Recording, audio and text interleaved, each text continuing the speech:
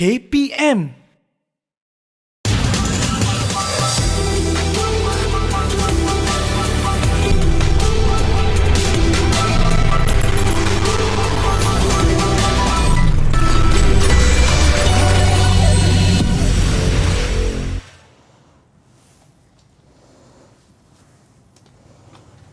Baik, Assalamualaikum. Apa khabar semua? Selamat malam. Saya Hanif Miswan. Kembali bersama dengan saya untuk malam ini. Buletin Didik edisi khas kami bawakan pada 8 Oktober 2021. Dan pastinya di platform ini adalah untuk kita bawakan pelbagai lagi perkongsian dan juga informasi berkaitan dengan garis panduan dan pengoperasian kembali sekolah 3.0. Selepas banyak sekali maklumat telah pun kita salurkan, malam ini satu lagi informasi yang sangat penting untuk sama-sama kita sebarkan berkaitan dengan pengoperasian kembali sekolah ini dari sudut satu faktor yang sangat penting juga, iaitu di bahagian pendidikan swasta. Untuk itu saya ingin memperkenalkan seorang tetamu yang berada bersama dengan kita secara dalam talian, sangat istimewa, seorang pengarah bahagian pendidikan swasta, iaitu Tuan Fauzi As-Sirop bersama dengan kita. Assalamualaikum, selamat malam Tuan. Waalaikumsalam, Saudara Hanif. Alhamdulillah.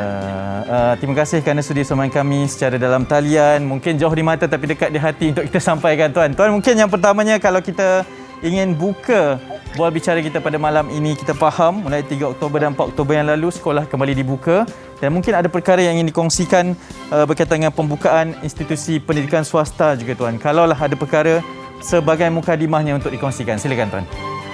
Okey, insya-Allah Saudara Hanif, seperti yang telah diumumkan oleh Yang Berhormat Menteri Kanan Pendidikan pada 12 September 2021, semua institusi pendidikan termasuk institusi pendidikan swasta juga tertakluk kepada pembukaan secara berperingkat mengikut Fasa Pelan Pemulihan Negara ataupun PPN. Alhamdulillah, pembukaan semula institusi pendidikan swasta khususnya bagi sekolah swasta berjalan lancar di seluruh negara mengikut fasa negeri masing-masing.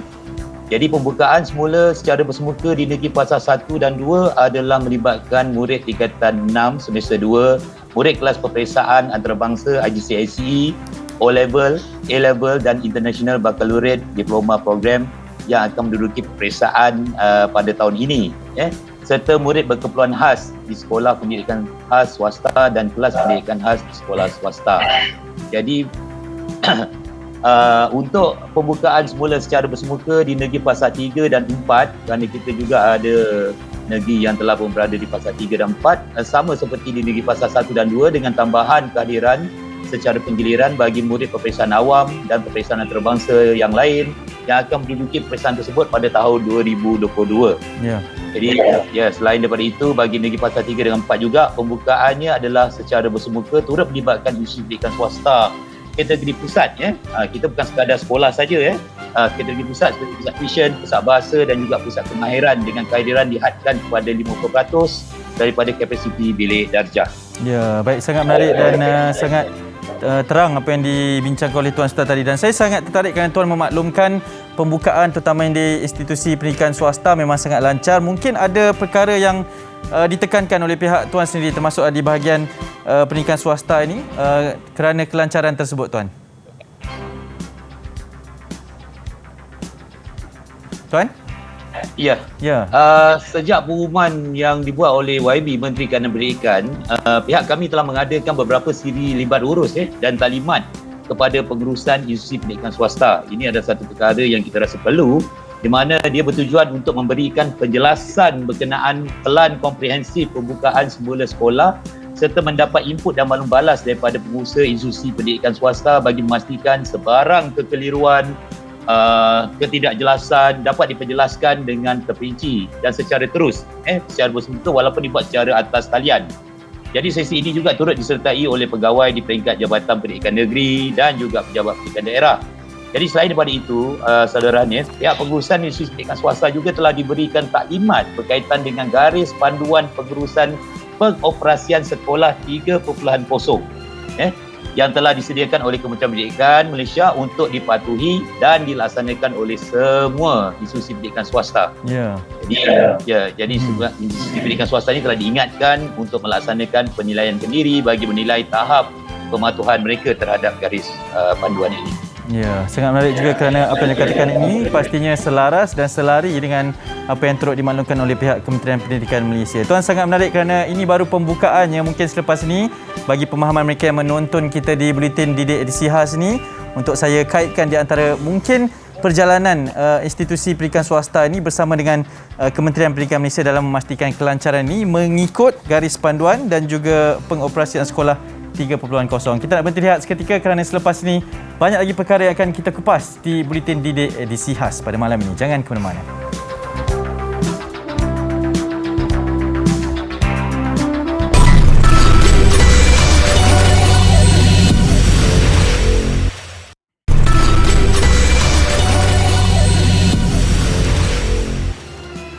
Baik, terima kasih kerana menonton Buletin Didik edisi khas. Saya Hanif Miswan. Kita kembali pada malam ini 8 Oktober 2021 dan seperti biasa kalaulah anda terus menonton kami di Didik TV KPM, ini adalah masanya untuk kita memberikan pelbagai informasi dari pelbagai sudut pandang berkaitan dengan garis panduan pengurusan dan pengoperasian sekolah 3.0, dan malam ini fokusnya adalah untuk berkaitan dengan pendidikan swasta yang juga merupakan sebahagian daripada institusi pendidikan negara. Dan sangat menarik kerana saya masih lagi bersama dengan Encik Fauzi bin As-Sirop pada malam ini untuk bersama dengan kita pengarah bahagian pendidikan swasta Kementerian Pendidikan Malaysia. Tuan Fauzi, kalau tadi kita kongsikan berkaitan dengan pembukaannya, garis panduan dan kelancaran pembukaan kembali sekolah pada ketika ini. Sekarang mungkin saya nak tanyakan berkaitan dengan bagaimana sebenarnya mungkin ada kekeliruan lah sebab bila bercerita mengenai swasta nak diselarikan dengan hasrat Kementerian Pendidikan Malaysia, ada garis panduan. Bagaimana sebenarnya pendidikan swasta ini, institusi pendidikan swasta merujuk dan bersama dengan Kementerian Pendidikan Malaysia untuk memastikan kelancaran pembukaan sekolah ini, Tuan? Okey, saudara Nif dan juga para penonton ya. Sebenarnya KPM telah pun mengeluarkan garis panduan pengurusan dan juga pengoperasian sekolah 3.0 bagi memastikan pengoperasian sekolah semasa pandemik COVID-19 ini adalah mengikut SOP yang telah ditetapkan.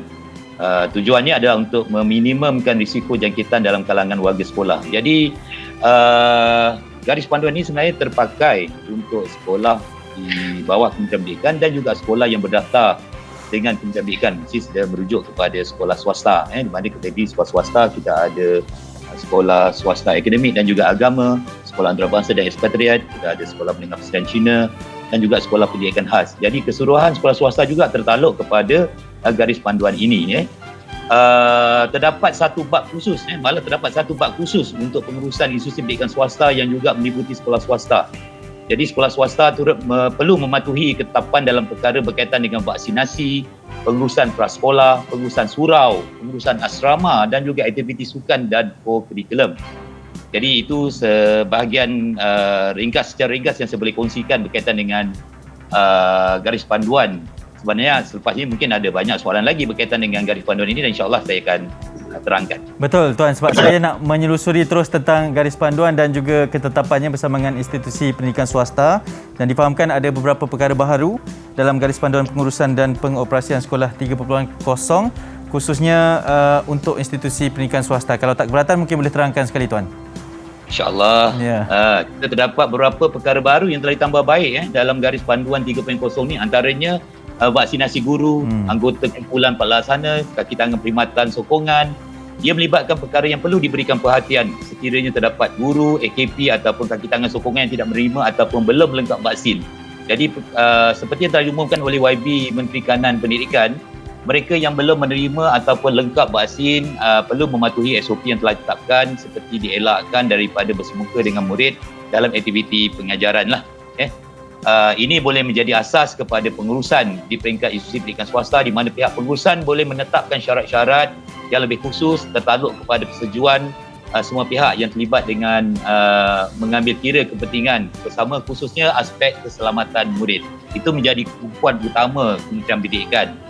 Selain daripada itu, Hanif, aspek pengudaraan dalam pengurusan prasarana pun kita titik beratkan.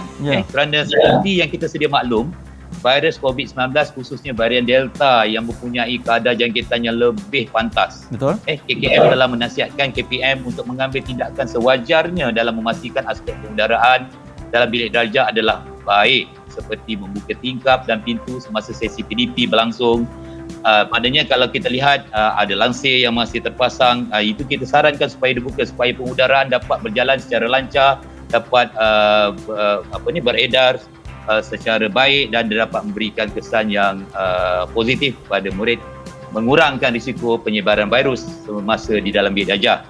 Yang ketiganya, pemakaian pelitup muka. Kalau kita lihat garis panduan 2.0, dia tidak menjadi sebagai satu syarat yang ditetapkan untuk pakai. Tetapi bagi kali ini, selain daripada aspek pengudaraan, KPM turut menetapkan pemakaian pelitup muka bagi semua murid dan guru semasa aktiviti pengajaran pembelajaran.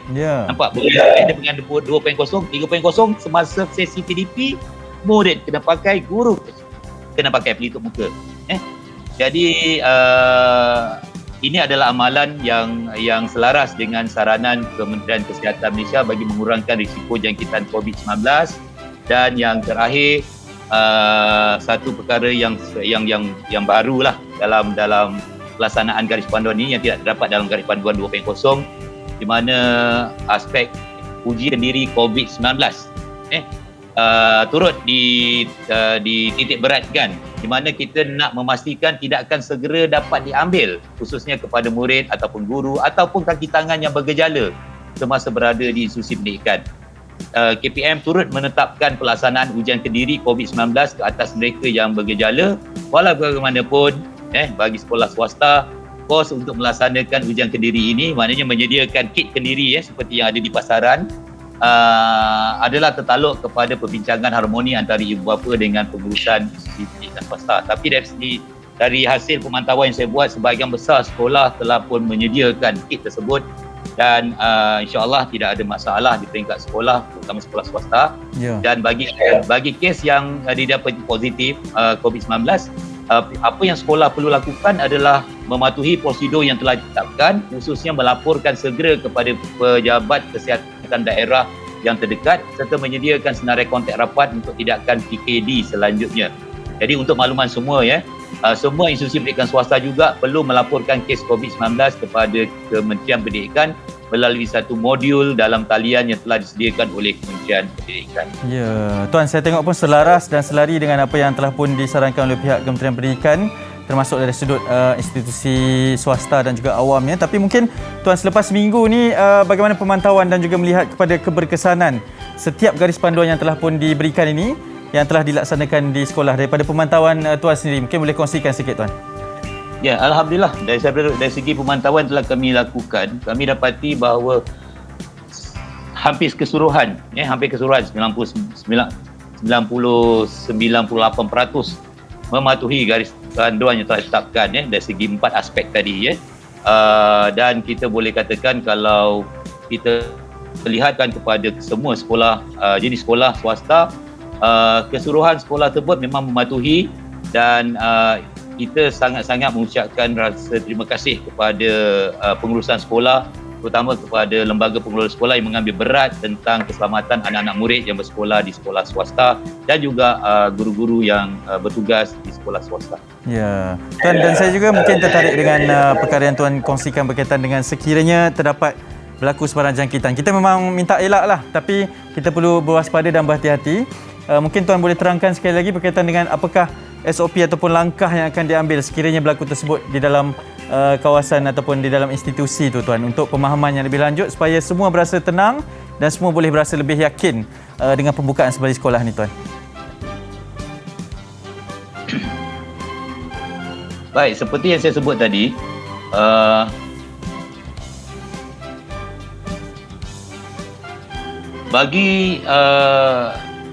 bagi guru-guru dan juga murid yang bergejala, bagi yang bergejala, mereka diminta untuk melaksanakan ujian kendiri, ujian kendiri menggunakan ujian kendiri COVID-19 menggunakan kit yang berada di pasaran. Jadi apabila kita dapati ada kes yang bergejala, kita akan menguji guru dan juga murid ataupun pada siapa yang terlibat, dan sekiranya kita dapati mereka itu adalah positif, pihak sekolah perlu mematuhi prosedur dengan melaporkan segera kepada PKD yang terdekat. Maknanya sebab murid dah berasa di sekolah, dia tidak berada di rumah, jadi itu menjadi tanggungjawab kepada sekolah untuk melaporkan kepada pejabat kesihatan daerah yang terdekat dengan sekolah mereka, dan dia juga kena sediakan senarai kontak rapat untuk tindakan kejadian. Ya, baik, sangat menarik dan itu mungkin satu informasi yang sangat penting untuk kita kongsikan. Tuan, kita nak berteriak sekali lagi kerana selepas ini kita nak menjawab pelbagai persoalan dan juga memberikan pencerahan berkaitan mungkin dengan kebimbangan dan bagaimana peratusan guru pula dalam konteks telah pun divaksin. Kerana selepas ini semuanya akan kami rungkaikan di Buletin Didik edisi khas. Teruskan bersama dengan saya Hanif Miswan, jangan ke mana-mana. Inilah Didik TV KPM.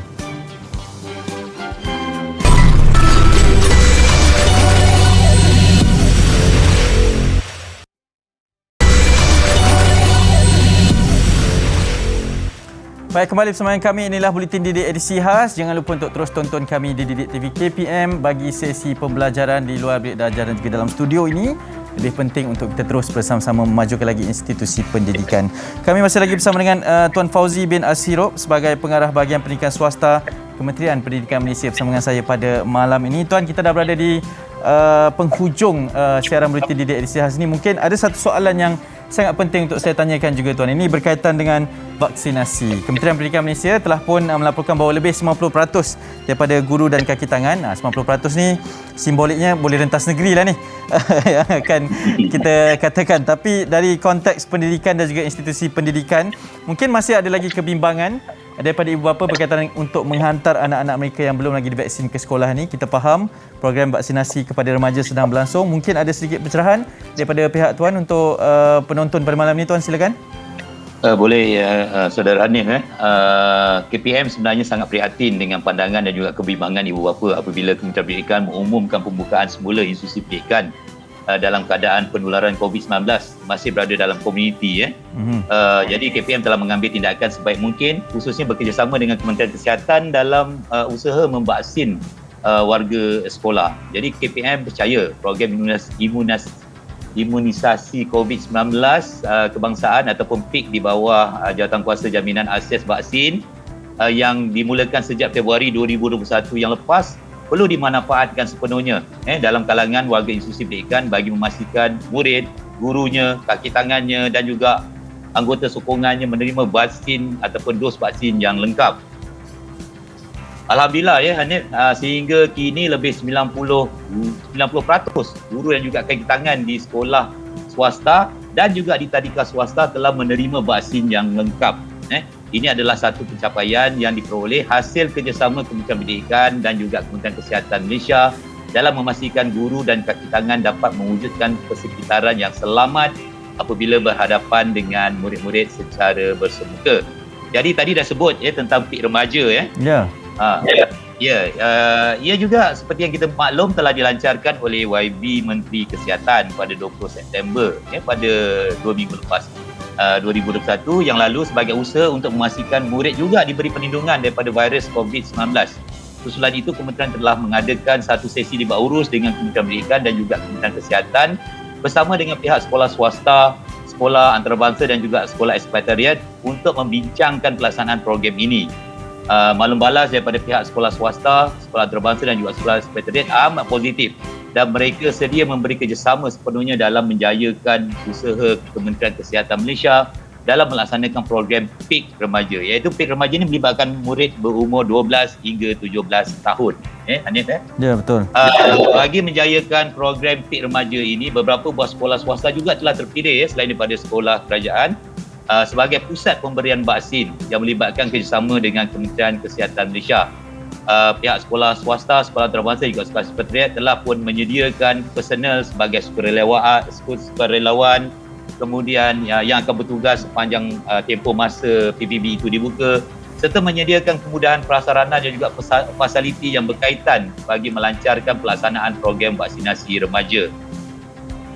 KPM akan terus memantau pelaksanaan program PIK remaja ini dari semasa ke semasa, khususnya bagi sekolah swasta, antarabangsa dan ekspatriat yang dipilih sebagai PPB.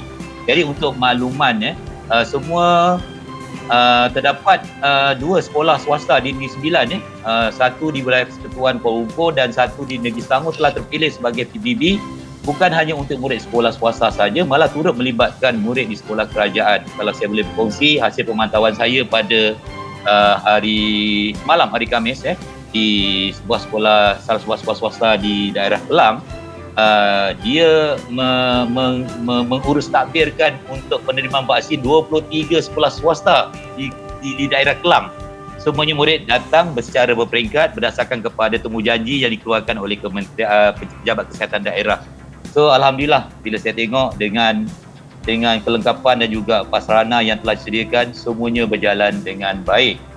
Jadi hubungan itu KPM ingin merakamkan ribuan terima kasih kepada pihak sekolah, kepada semualah pihak sekolah yang terlibat dalam menjayakan program PIK ini, dan sekaligus dapat memastikan murid sekolah berumur 12 hingga 17 tahun dapat menerima vaksin dengan kadar segera. Kalau saya boleh kongsikan sehingga jam 5 petang tadi, daripada 133,754 murid sekolah swasta yang berumur 12 hingga 17 tahun, hampir 44%, hampir 44% ataupun 58,000 sudah pun menerima dos pertama. Nampak dia bermula pada 20 hari bulan dan sekarang telah pun mencapai hampir 44%. Dan insyaAllah dalam tempoh 2 hari ini, dan kalau kita laporkan pada hari Isnin nanti, kita nampak akan dapat angka yang lebih tinggi lah, kita harap.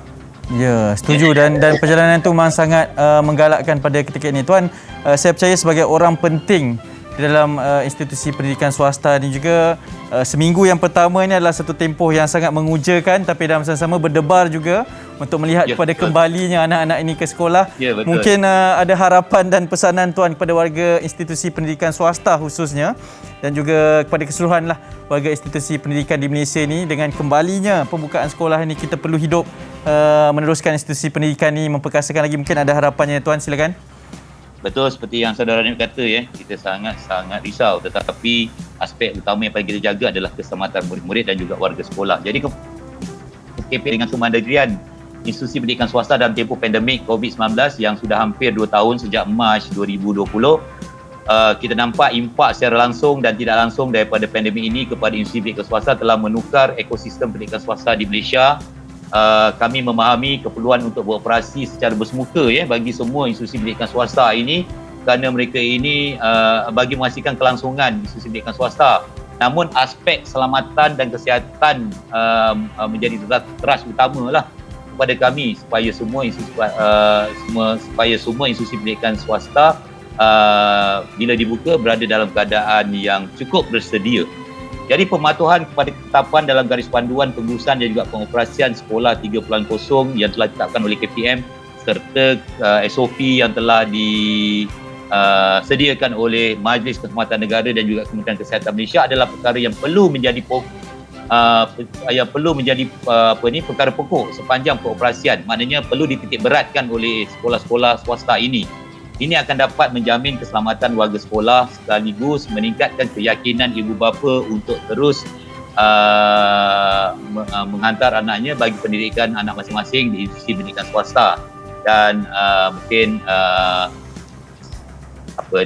perkara yang terakhir yang saya boleh berkongsi adalah pembudayaan amalan 3W, iaitu wash, wear dan warn, serta pematuhan kepada larangan 3C, iaitu crowded place, confined space dan juga close conversation yang disarankan oleh KKM sejak awal, perlu diteruskan dan diterapkan di kalangan warga sekolah bagi memastikan risiko jangkitan dan di kalangan warga sekolah dapat dikurangkan. Dan akhir sekalian pengusaha juga perlu merujuk kepada pejabat pendidikan daerah, Jabatan Pendidikan Negeri dan juga kami di Kementerian Pendidikan untuk memastikan garis panduan dan juga SOP yang digunakan di sekolah masing-masing adalah yang dikemasini dan terkini.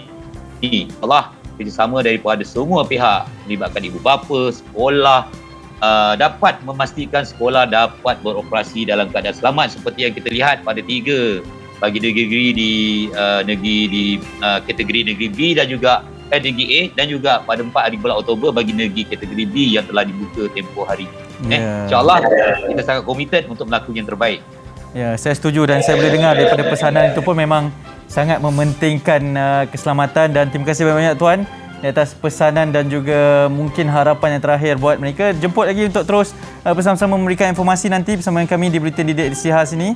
Teruskan dan selamat bertugas ya Tuan ya. InsyaAllah, terima kasih. Ya, Assalamualaikum.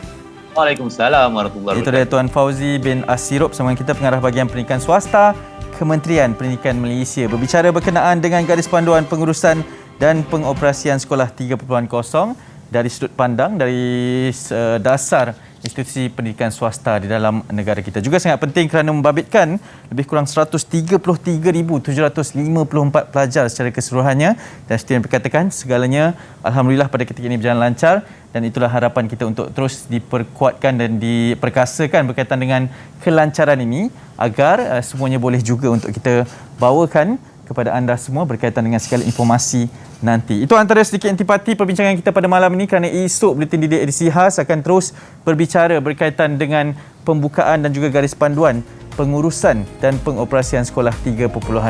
Jadi untuk itu sahaja pada malam ini. Pada anda semua, selamat kembali ke sekolah. Ingat, kita belum menang tapi insya-Allah nanti kita akan menang. Teruskan menonton kami di Didik TV KPM. Saya Hanim Miswan bersama seluruh tenaga kerja produksi Buletin Didik edisi khas pada malam ini. Kita jumpa lagi. Assalamualaikum. Selamat malam. Senyum selalu.